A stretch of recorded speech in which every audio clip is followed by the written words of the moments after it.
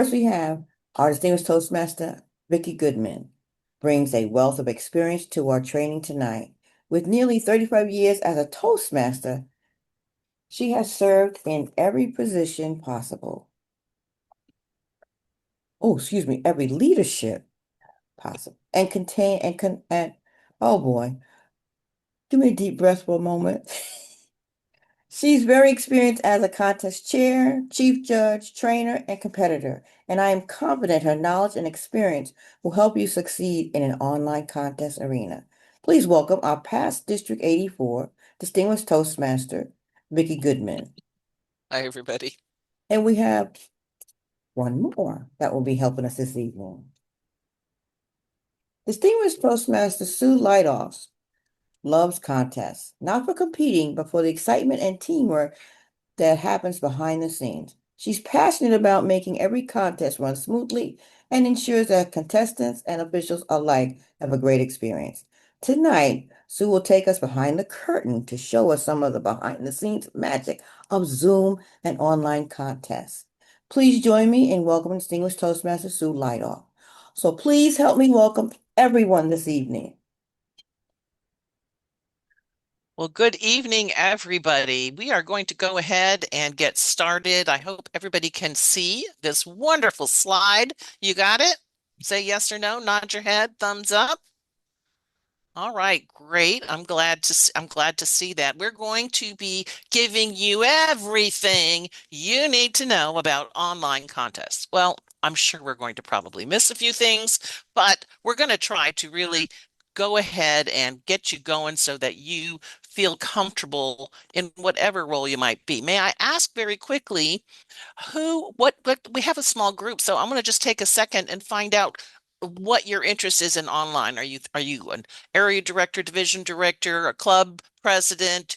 Are you going to be a contest chair? What is it that is interesting you in this particular session? And Josh, let's start with you. All right. So Josh Bolin, Area 20 Director. My area consists of two in-person clubs and two online clubs. So an online contest venue would be, I think, appreciated by my area in particular. Okay, great. I appreciate that. Larry, want to give us just a sentence or two? Yeah, I'm the club president for Toast of Jacks, Okay. and it's something new, and I know very little. I've been VP of this club now for probably out of the 20 years, probably 7 years, 8 years of it, and this is new.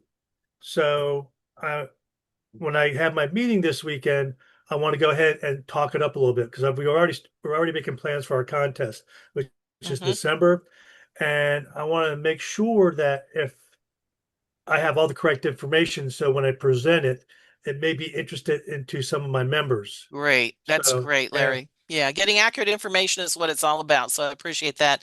Carolyn, do you have something that different than any of those?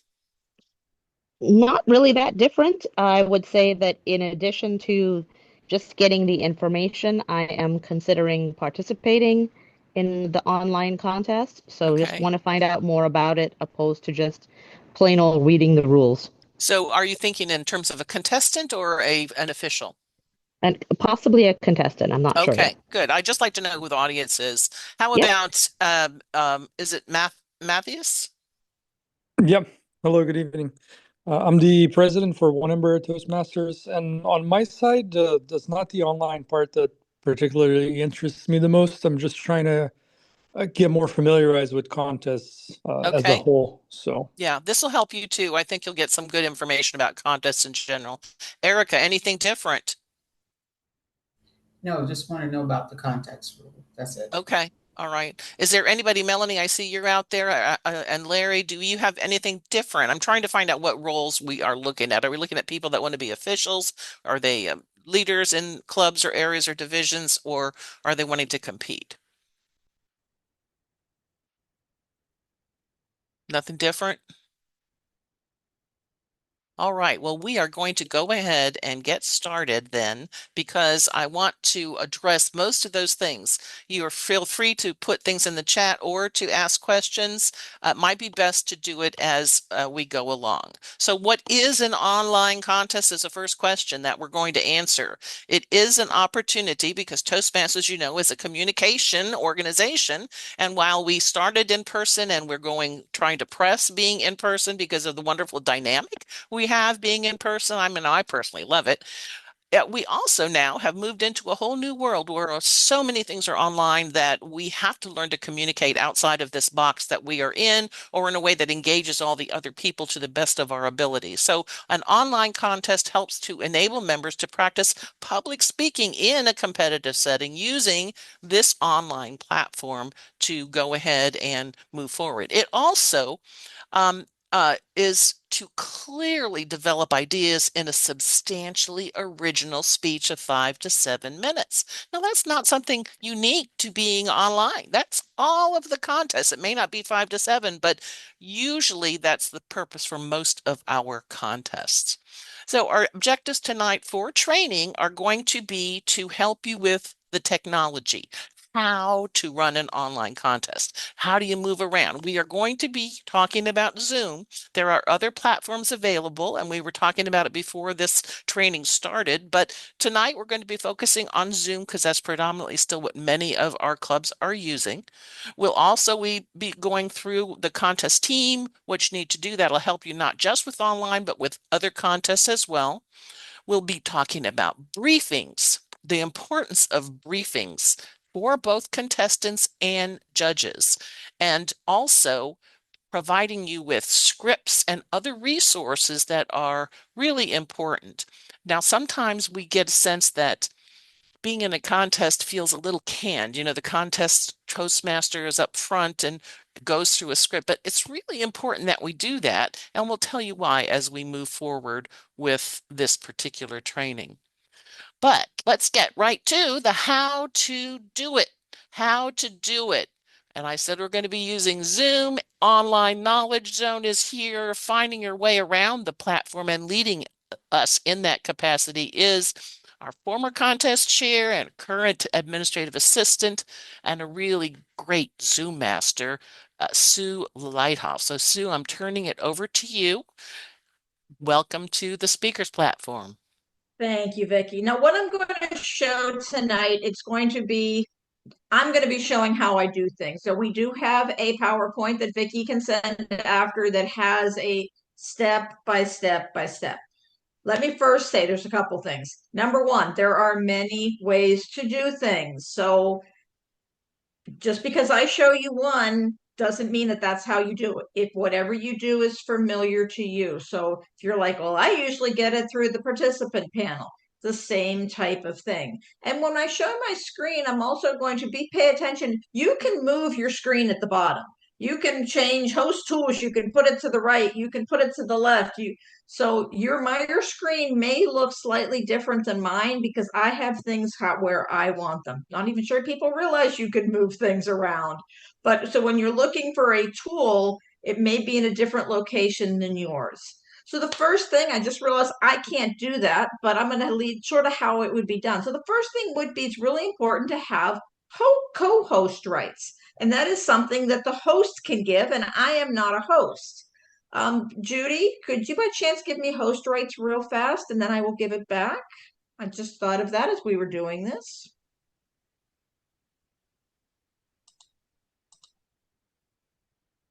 Thank you.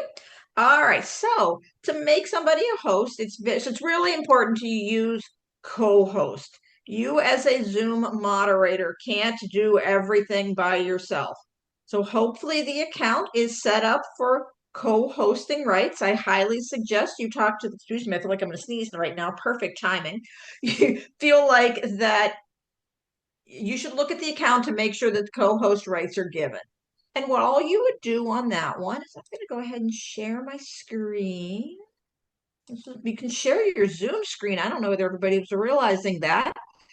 So let's just say I want to make Judy a co-host. I am host. I have my account. Judy is going to be my assistant. We're going to play, but so I'm going to go up to her little button, her little thing where it says ... pull it down, and I could either make her a host or I could make her a co-host. Very, very simple. So again, ... her name, ... You'll hear me say ... repeatedly, but that's where you're going to be finding things. Make co-host. It's going to be asking me, checking with me, because I don't want to give co-host rights to everybody, and confirm.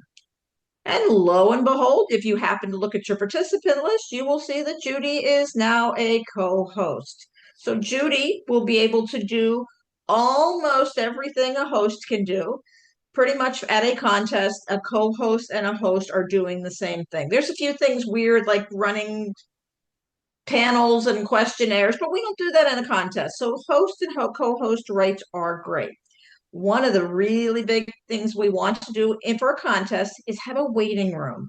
I know everybody here came into a waiting room, and there's two reasons. Number one, we all know the judges need to come in, so we can put a waiting room to allow people to come in when we want them to come in, and it helps keep your Zoom bombers out. I guess I'm getting ahead of myself, but you want to make sure, so there's a few ways. You can enable the waiting room ahead of time, or you can go down, and you'll go down to the bottom, and you will see the blah, blah, blah, blah, the host tools. Everybody see that, what is that little shieldy thing? So at the bottom, or if you don't see that, yes, Vicki? Give directions like center of the screen, left of the screen, right of the screen would be Again, helpful. mine's at the bottom, but I can't, it's... No, I'm just saying where we're looking Okay, now, bottom that's of the all. screen, sure, bottom of the screen. In the You'll center. see, mine is in the center, a little shield, and it says host tools. If you don't see it, you also see the ... more. So depending on how much is on your screen, it may be in your more. So if you open the host tools, you won't be able to do that unless you have co-host rights. It's a little too hard to give everybody co-host tools rights tonight. I see the enable waiting room is checked. Woohoo! That's all I need to do. I don't need to, if it's not, if it wasn't checked, I would just go simply, so I just disabled it, and I would come click on it. It is now, I have enabled the waiting room. That is simple. That's all you need to do. So you want to make sure that the waiting room is enabled. Another thing you need to do are the breakout rooms. Now, this is a lot of steps. Yes, Josh. So when you enable the waiting room, that's an initial sort of login room. Yes. If you open the Zoom call to all participants, new callers coming in don't have to necessarily wait in the waiting room, correct? Depending on how the account is set up, in most cases, the way we have it set up is you'd have to go to the waiting room first. Okay, and then the host will just pull. The host lets them, co-host and co-host let them in. But great question. Okay. And why is that a good question? Why do you do that, Sue? Well, again, sort of you have it set up so you can figure out who comes in, and again the Zoom bombers, which we will talk about. The other thing you want to set up, you want to try to do this all ahead of time. So before, you don't want to, if you want to get in early, is setting up breakout rooms. Now this can be a little bit of a step. Again, I'm going to show you today, but it will be shown. So down at the bottom, so at the bottom again, in my thing, I see a 4 square that says down at the bottom here, breakout room. So I'm going to click breakout room.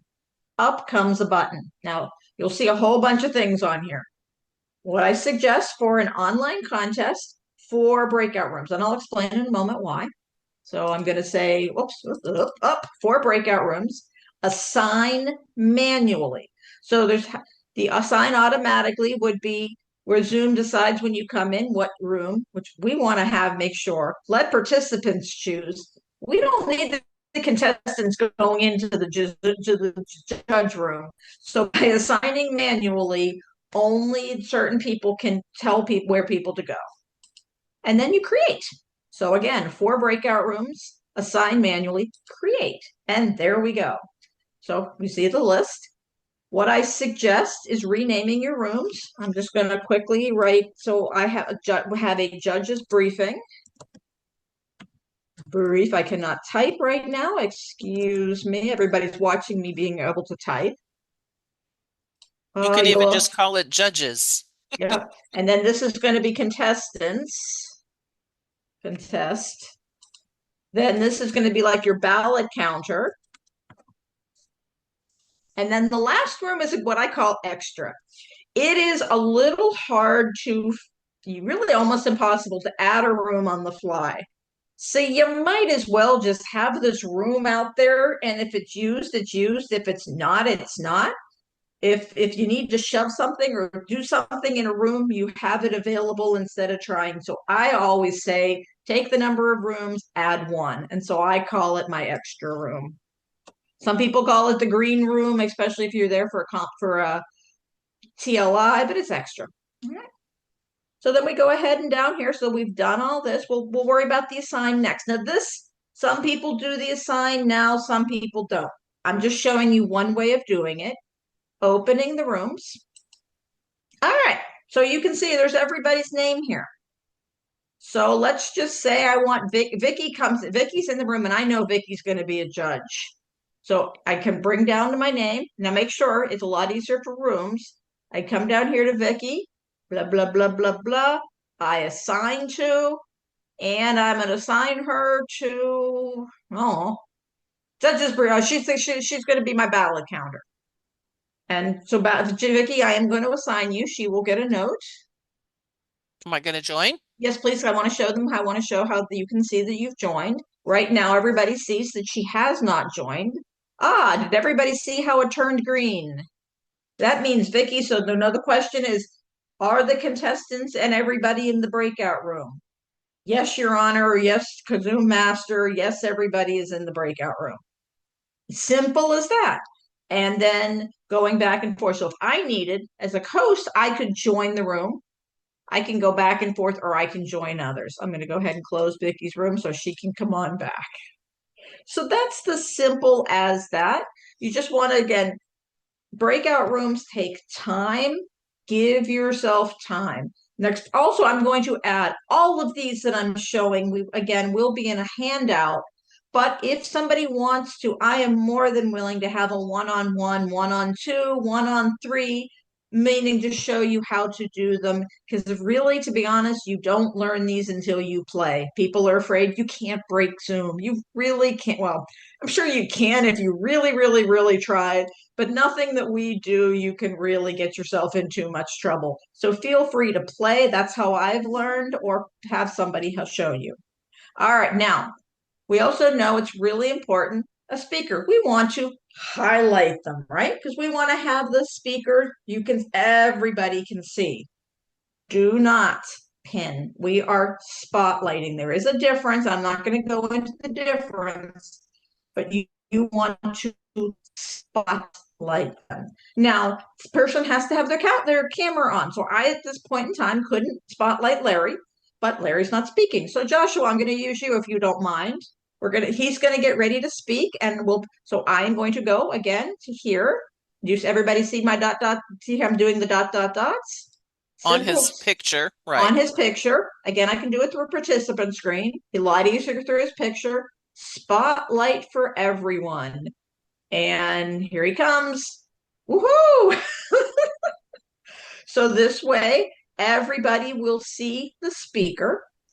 The timer shall be pinned in the top by putting their hand there. So we're going to see the contestants. We will see, and hopefully the contestant will see the timer, and that is it. So everybody else will have their cameras off, but this is how at least I recommend having it. So not everybody's looking through the Brady Bunch boxes. And so by doing that, and again, not pinning, yes. So I'm going to go ahead and remove spotlight so we're not staring at you. Yes, go ahead, Josh. Is there a time amount where the spotlight is active, or is it until the host transitions out? And what's really cool, okay, so let's just say that Vicki, we talk about that. So so we've already, yay, everybody did a great job, yay.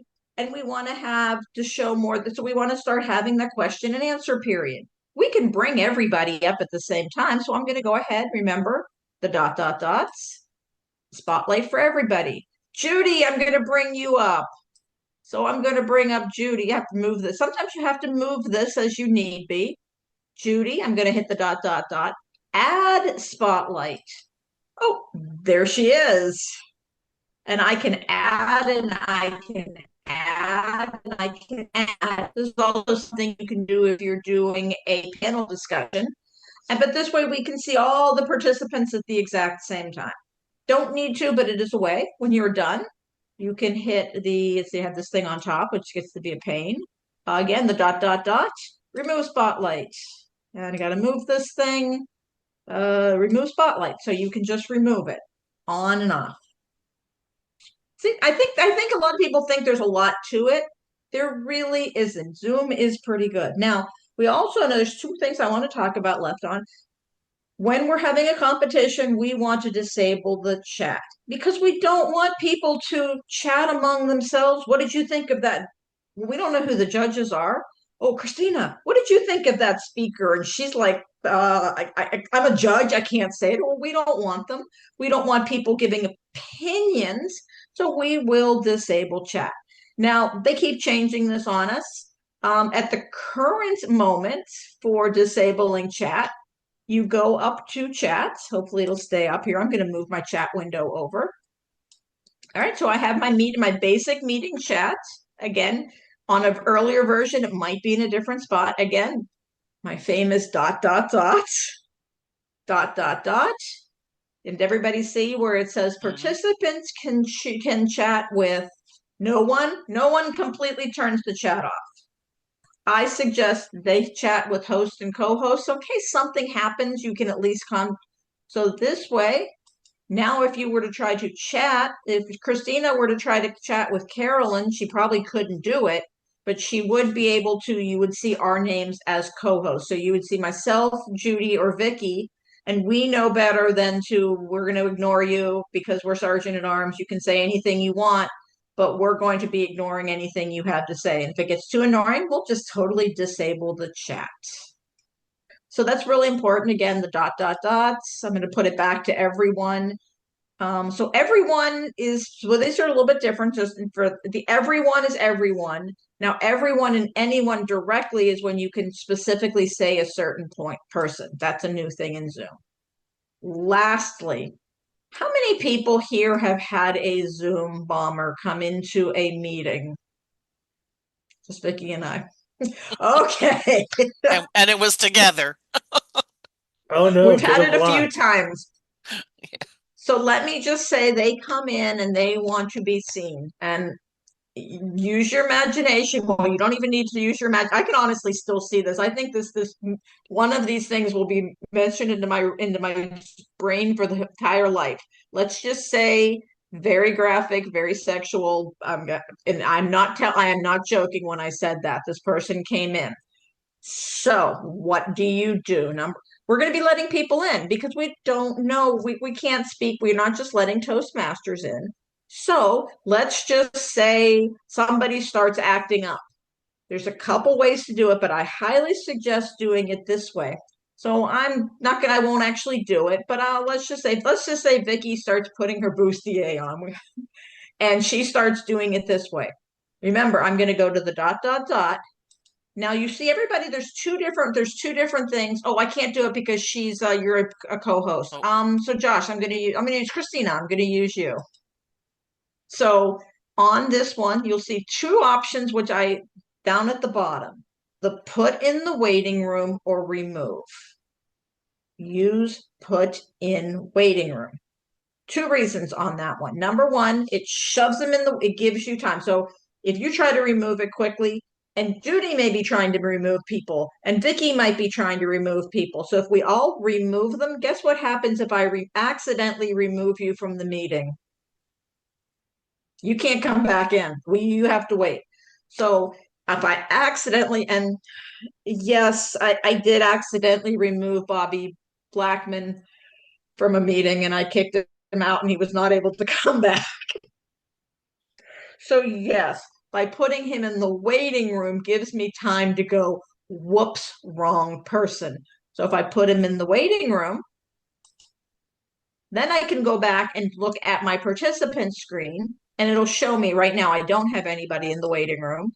And it would tell me who's in the waiting room, and I can remove them through the waiting room. Did I put Christina in the waiting room? I didn't mean to. Yes, Sherry, she comes back. So that way it's, again, put them in the waiting room. Do it quickly though, because the Zoom are going to be doing as much as they can. But shoving, I call it shoving in the waiting room. Then you have time. Everybody take a deep breath, and then we go back. Yes, Josh. I've noticed an increase in AI companions. How do you address those? We definitely do not want to bring in AI. So when you are admitting people from the waiting room, if it says such and such as note taker, no, we cannot allow that on a contest. If you bring them in, it's okay. Just remove them. So let's just say somebody did bring in Caroline's note taker. And all you have to do, and if you know it's her note taker, just again go to the dot dot dot or the remove. But yes, we're having to be careful. And sometimes you don't know, but if we definitely cannot record during a contest, nor can we use the AI tool. So just don't worry about putting them in a waiting room. Just go ahead and remove them. I would, if you know for a fact it is an AI, yes. Okay. And Almost again, always it says AI in front of whatever it is. Okay. and I know those are short. I just wanted to show people how the things are around there. You can always play if you have. What I suggest is getting on. What I suggest is bringing, if you have a family member or a coworker or another Toastmasters, getting on and putting it in. I use my cat, and you will see when you look at my notes, you will see Bobby, because I use my cat as my secondary. My cat has her own Zoom account on my phone, but I use her and I put her in and out of timeout and things like that just to play. And Vicki, with that, I did not remove her from the room, thank goodness. But I'm going to return back to Vicki. Thank you. I so appreciate the fact that you did not remove me, Sue. Thank you.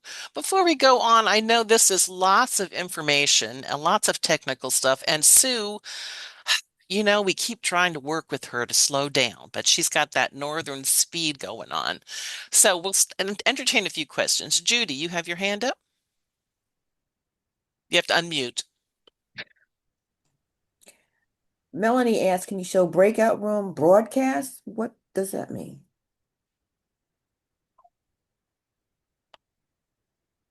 Sue, do you want to answer that? Are you talking about, there is a way to on chat where you can broadcast something to the breakout rooms? I would not suggest doing that in a contest. You should actually go to the breakout rooms and join each room individually, instead of broadcasting them to everything, because everybody's doing something different. But that's what the broadcast is. It allows you to say something that would go into the breakout, because right now they can't hear me. So if I hit broadcast,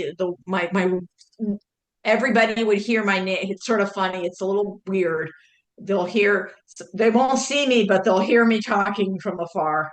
I wonder if Sushi means, can you show how to do it just in case? Is that what you're asking, Melanie?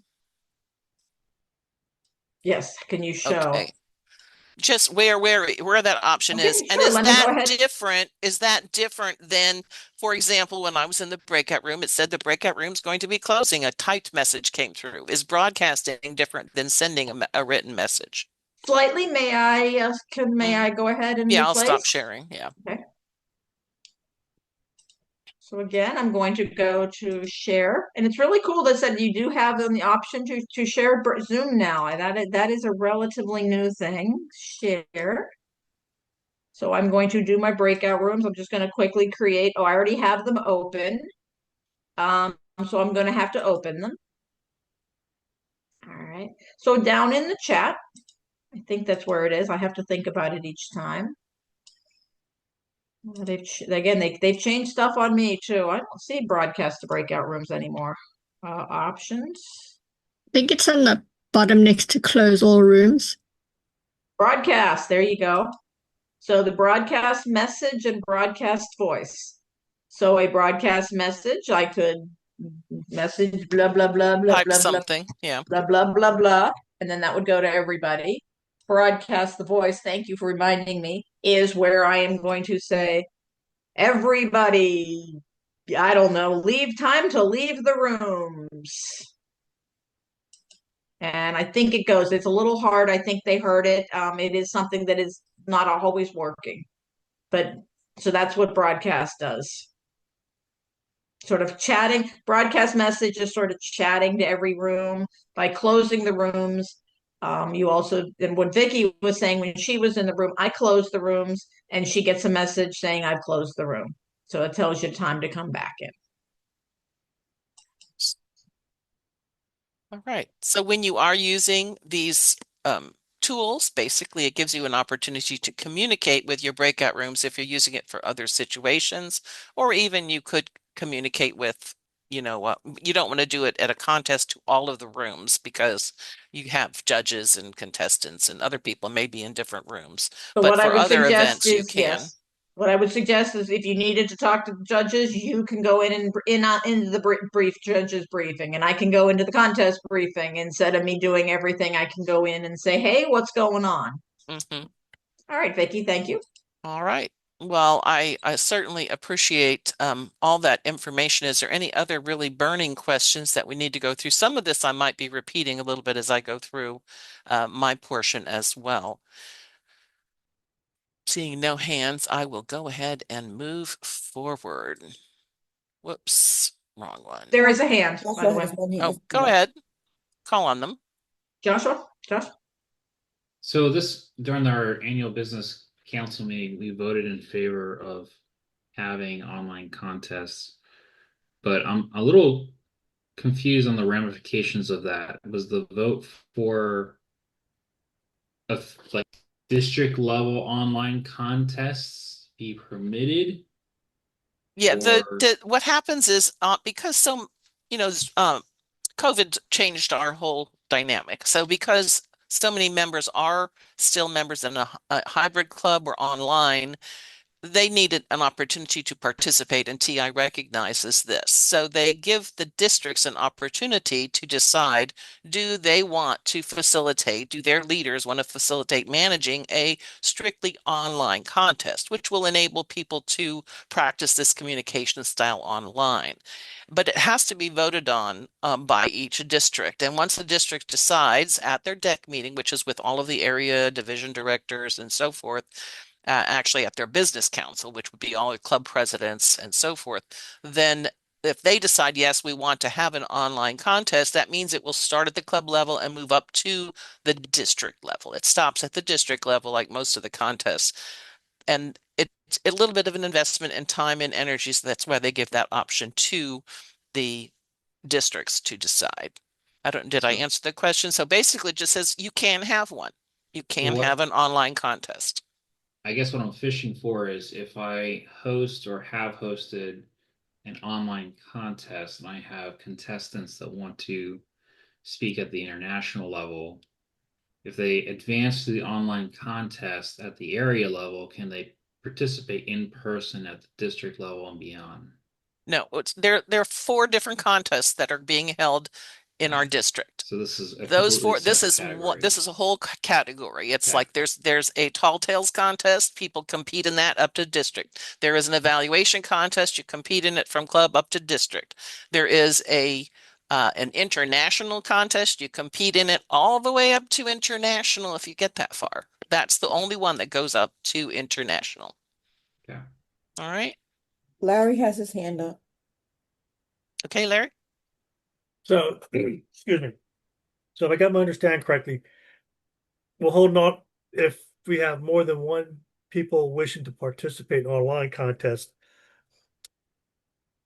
Can the people be at home and the judges be in person somewhere, or does everybody have to No, be online? everybody has to be on their own piece of equipment. They enter in separate pieces of equipment, separate places. That's the Okay. purpose of an online contest.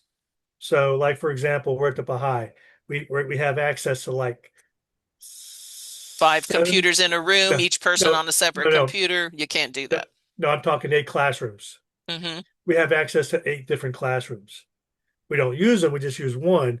But if we have a person in each classroom, Oh, well, that would be a separate location. okay, and it'd be the same for the area, the the division, but at the district level, is it going to be all online for people be like in their room in the hotel or something like that? Yes. Or will they have to attend the conference to do an online contest at the If it's district before, level? I can't speak for what Judy, but we held it like the week before. So we're all home, we're all available. Yeah, instead of everybody, okay, everybody go to your hotel rooms. And if you share a hotel room with somebody, you've got one person needs to go to the bathroom. No, we usually hold it again the week beforehand where everybody's at home. And this allows people who aren't attending the conference to be part of it.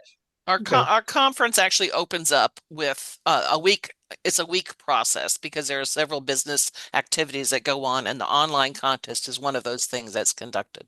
Okay, let's go ahead and move on because we're going to run out of time. I'm going to share. I hope that you are going to see my slide presentation. Yes?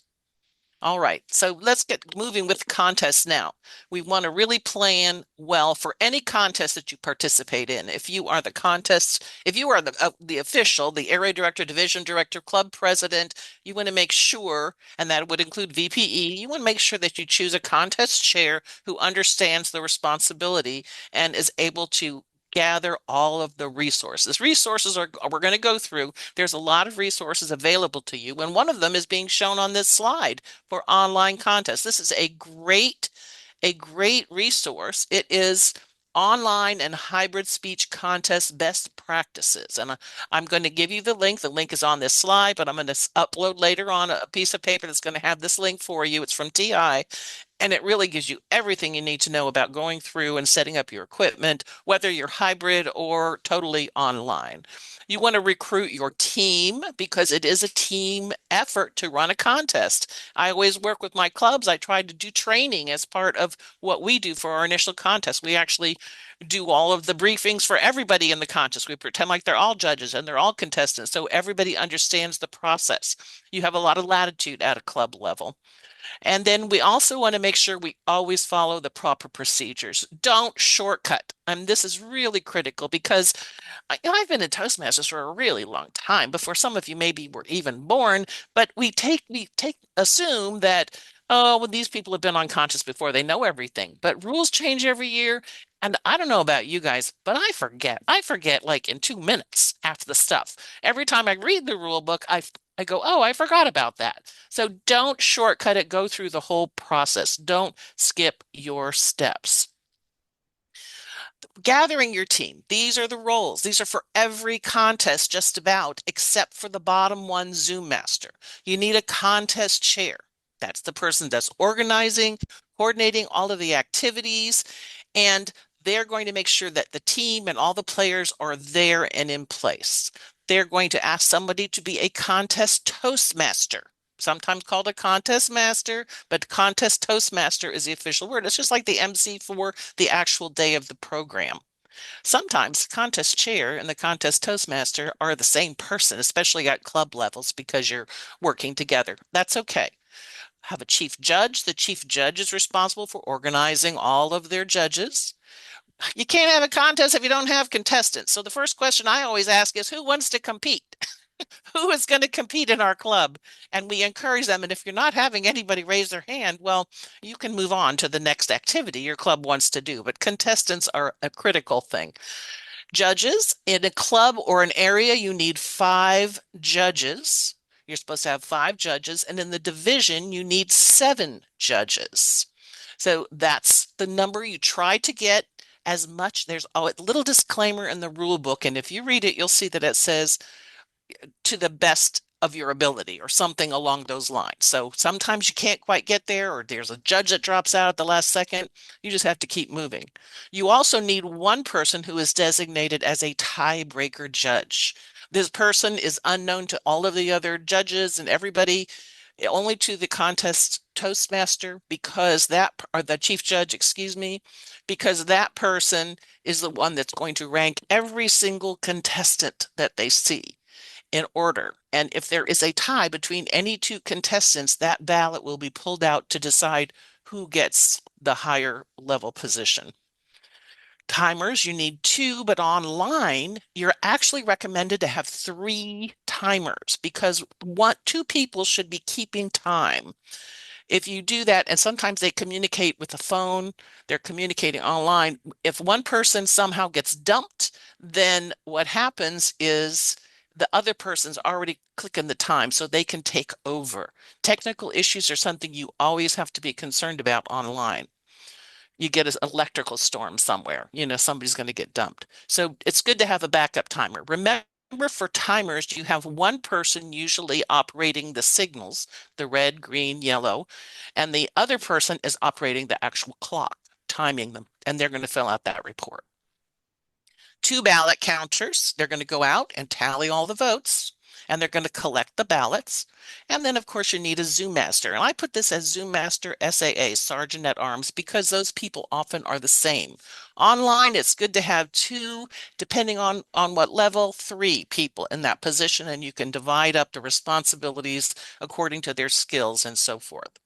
But often it's the Zoom master that opens the meeting, welcomes everybody, leads them in the pledge. If you're going to do the pledge, it's not required, but maybe that's your custom, or say the mission of Toastmasters, the mission of the club, and then introduce. Also, they offer any disclaimers. For example, you heard Judy give the disclaimer about the meeting's going to be recorded and you are reneging all of your rights to be protected from identity theft if you're being recorded. No, that's not what it says, but you get the idea. No judges, when you're at the area level or higher, can be from the division level or higher, can be from the clubs of the contestants. Now, this gets a little tricky. So at the division level or higher, remember you have to have 7 judges, but those 7 judges cannot come from the clubs that the contestants are representing. They have to be out of those clubs if at all possible. All right, the next resource I want you to notice is this to the right. This is the speech contest rulebook. They update it every year, and it's nice because they mark the things they change, so you can go through and check the changes. The link is here, but it is also, I'm going to give it on that form later. The rule book is critical if you are a contest chair. In fact, if you are any official, including a contestant, you should be looking at what the rules are so that you know exactly what you should be doing and what you're able to do without getting disqualified. There are so many forms. There are so many certificates. There are so many rule books, but guess what? There is an online speech contest kit. In fact, there's a kit for every single contest that you can download from TI. You can Google online speech contest kit or evaluation speech contest kit, whatever one you're looking for.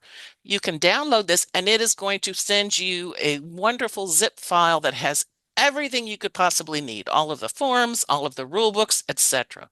So I strongly urge you to go ahead and make your life easy and do that.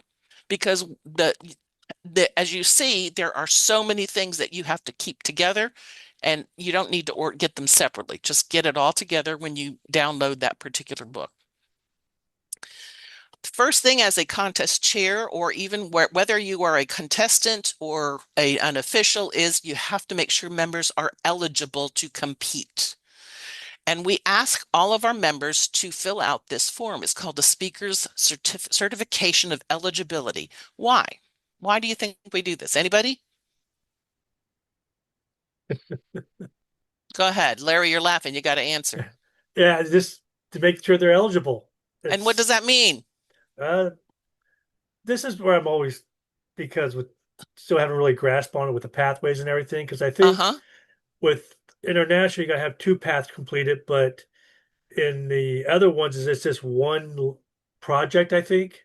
I'm still You're on the right track, Larry, and I'm glad that you made it confusing for all of us. No, you didn't. Basically, the top half of this form from the top is going to give you some very important information. It's going to give you the club number, their member number, and the district they belong to. This is going to help the contest chair find out if they're eligible. They actually can go onto a website and check to see, are they indeed a member in good standing? What does that mean? You paid your dues, you're current.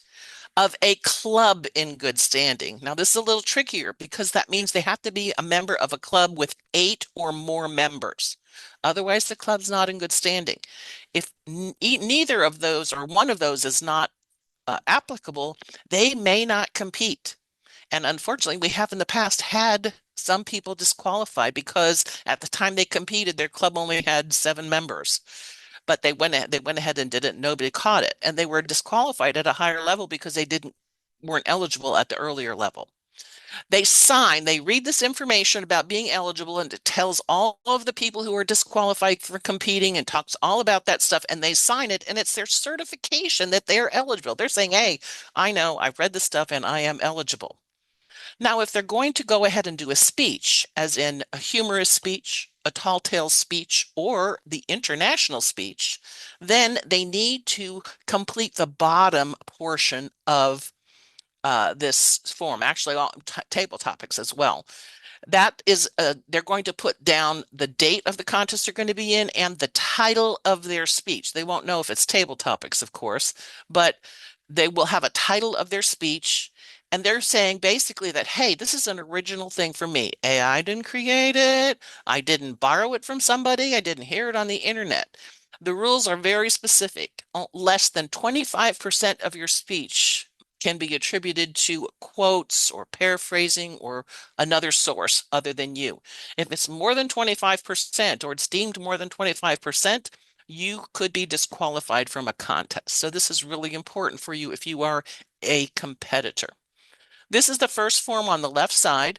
The second form contestants are asked to fill out is this speech contestant profile. This gives a lot more information, but what's really good is it gives information about their name, their address, their email, contact information, which the judge has to report. If you win, we need that information to be able to pass it on to the next level. So make sure your contestants fill out these forms, they're signed, and then you're going to go over that if you are a contest chair with the contestants in their briefing. Judges also have to fill out an eligibility, and that's the same basic thing. They have to put what kind of contest it is. They have to understand that they are eligible. Now, at the club level, they only have to be a paid member. But if you are judging at the area, the division, or the district level, you have to be a paid member for at least 6 months. So you can be a new member and be a judge in a club, but you have to have been a member for at least 6 months in order to be a judge. And you also have to have completed a minimum of 6 projects in, the competent speak communication manual or a level 1 and 2 of any path in Toastmasters if you are judging at the higher level. So this is really important if you're contest chair that you think about those particular kinds of things. And most importantly, there's a back part of this form where the judges are saying, hey, I understand my job. Here is the code of ethics, and you have to agree that you are going to be objective, not biased, and your basic job is to choose the best speech of the day. You are not trying to decide who you think is going to be the best competitor at the next level. Today, you're listening to whatever speeches are, and you're going to choose the best person that day. It may not be the person you're experienced with, may not be your favorite speaker, but it should be the person that did the best job speaking that day. The next thing that has to happen for a contest, whether it's online or elsewhere, is that you need an agenda. You need to understand how much time is this contest going to take, what time is it going to start, what time is it going to end. So in order to do that, you have to understand the timing for your speeches. For online speeches, I'm actually, this is not correct because this was actually for a tall tales timing. I apologize. But basically, you add 1 minute on to the maximum time of the speech. So online contests are 5 to 7 minutes. That means I would plan at least, and 7.5 minutes is what you have. So I would plan 8.5 minutes per person, because you also get that minute between, and then you throw in an extra minute. That'll tell you how much time you're going to be taking at your contest. The extra minute is for the judges to mark their ballot. That's that minute of silence. You also want to make sure that that we can pronounce the name of everybody. This is people take it for granted, but contestants, you make sure that contest master knows how to say your name. If they don't take time to do it, ask them, especially if you know you have a name that's a little bit difficult, so they can practice saying your name and they understand your speech title.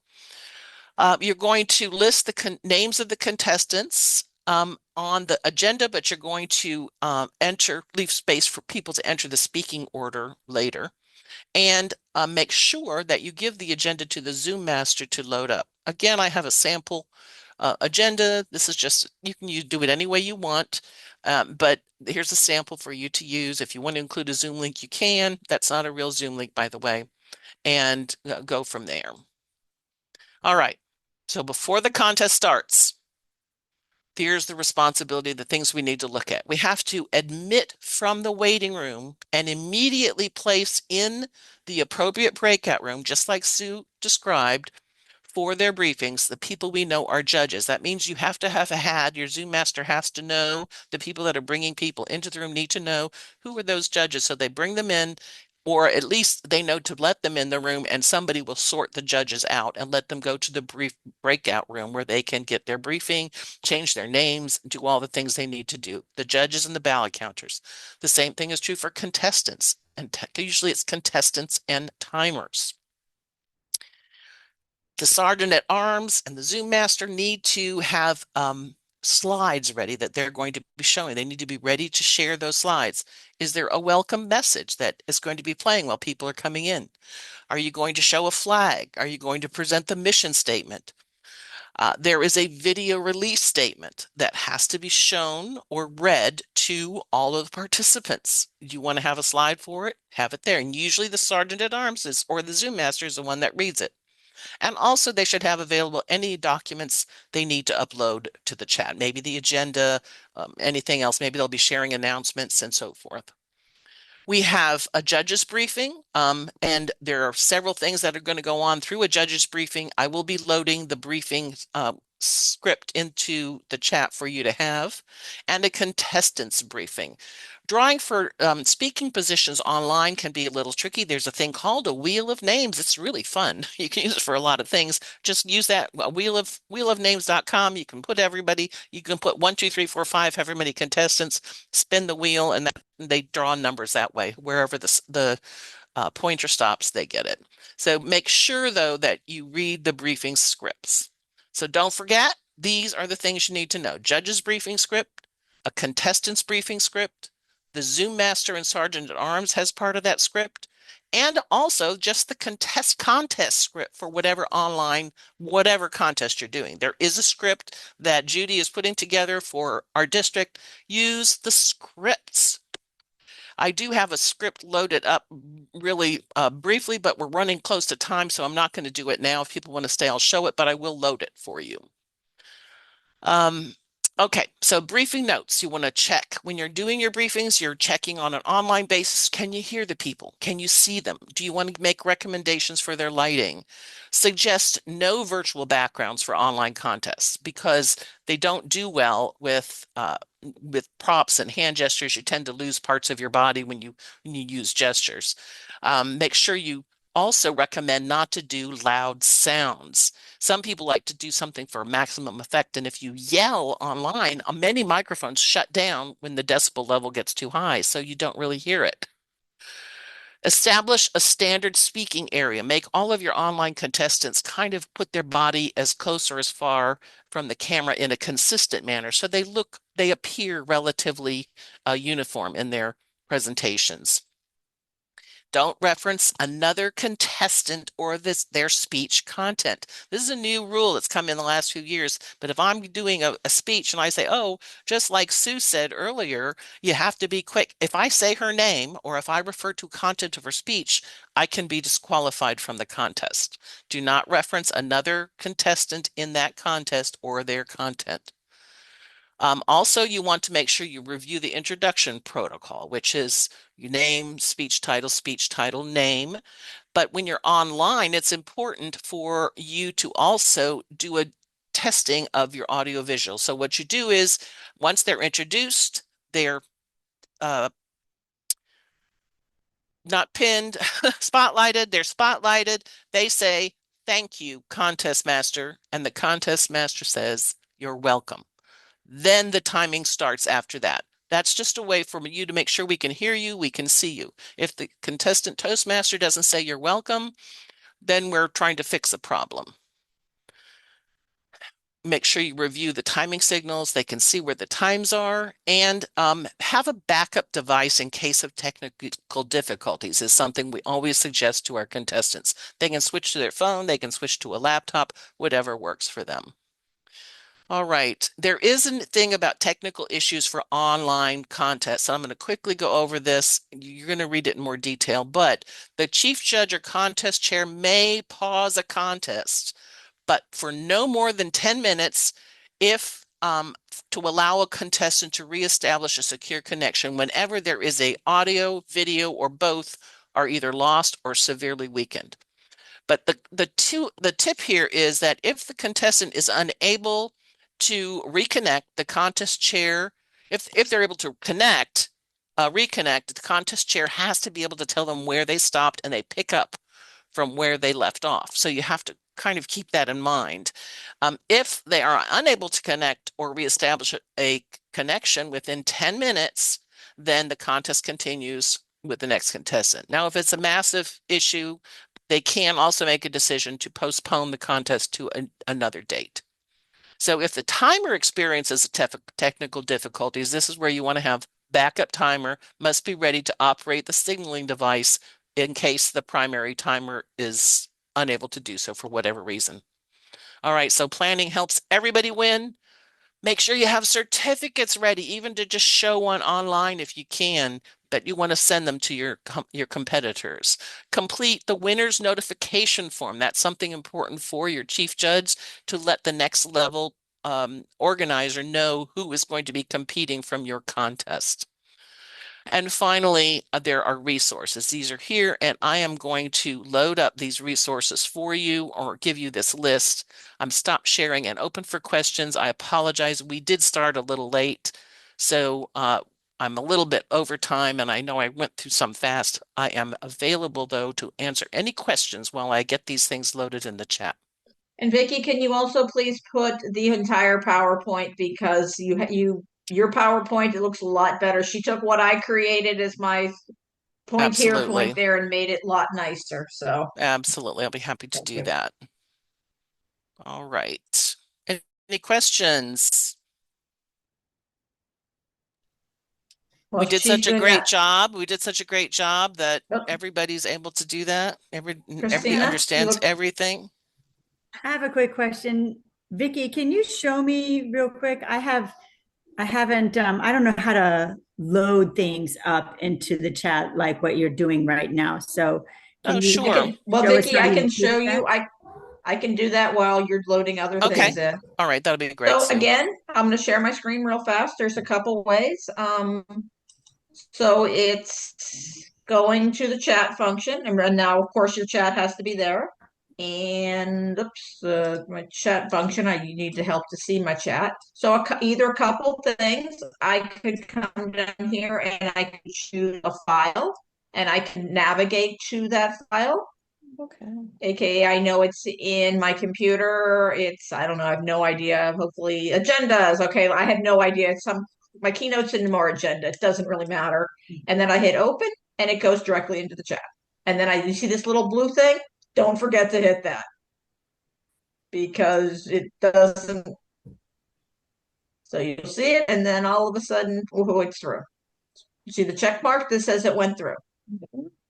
Okay, so when you were doing that, I keep getting little boxes telling me that something's been added to the chat. So I didn't get to see exactly what was the very first thing at the bottom. Do you see the selected? 3 at the bottom, the emoji, the Yeah. file, and the screenshot? So I would say file. Perfect. And Okay. or if you're good, let me go ahead. You can also do, I don't know if everybody can see this. You can have your file, and you can take a file. I have no idea. This is probably Bobby Zoom link. No, that may be not. So I can take a file and drop it directly to the chat. It may and then see how that worked instead of me Yes. finding it Okay. and then hitting from there. So that's the second way of adding things to the chat. Perfect. Thank you. Now there is a little thing on if a Word document is open, it won't let you add it to the chat. So sometimes you have to work around it. But that's just it's a pain in the neck, and it's just sometimes if you know you're going to be doing that, you can have somebody help you. But yes. So that's what Vicki is doing. Either she's doing the file or the sharing that direction.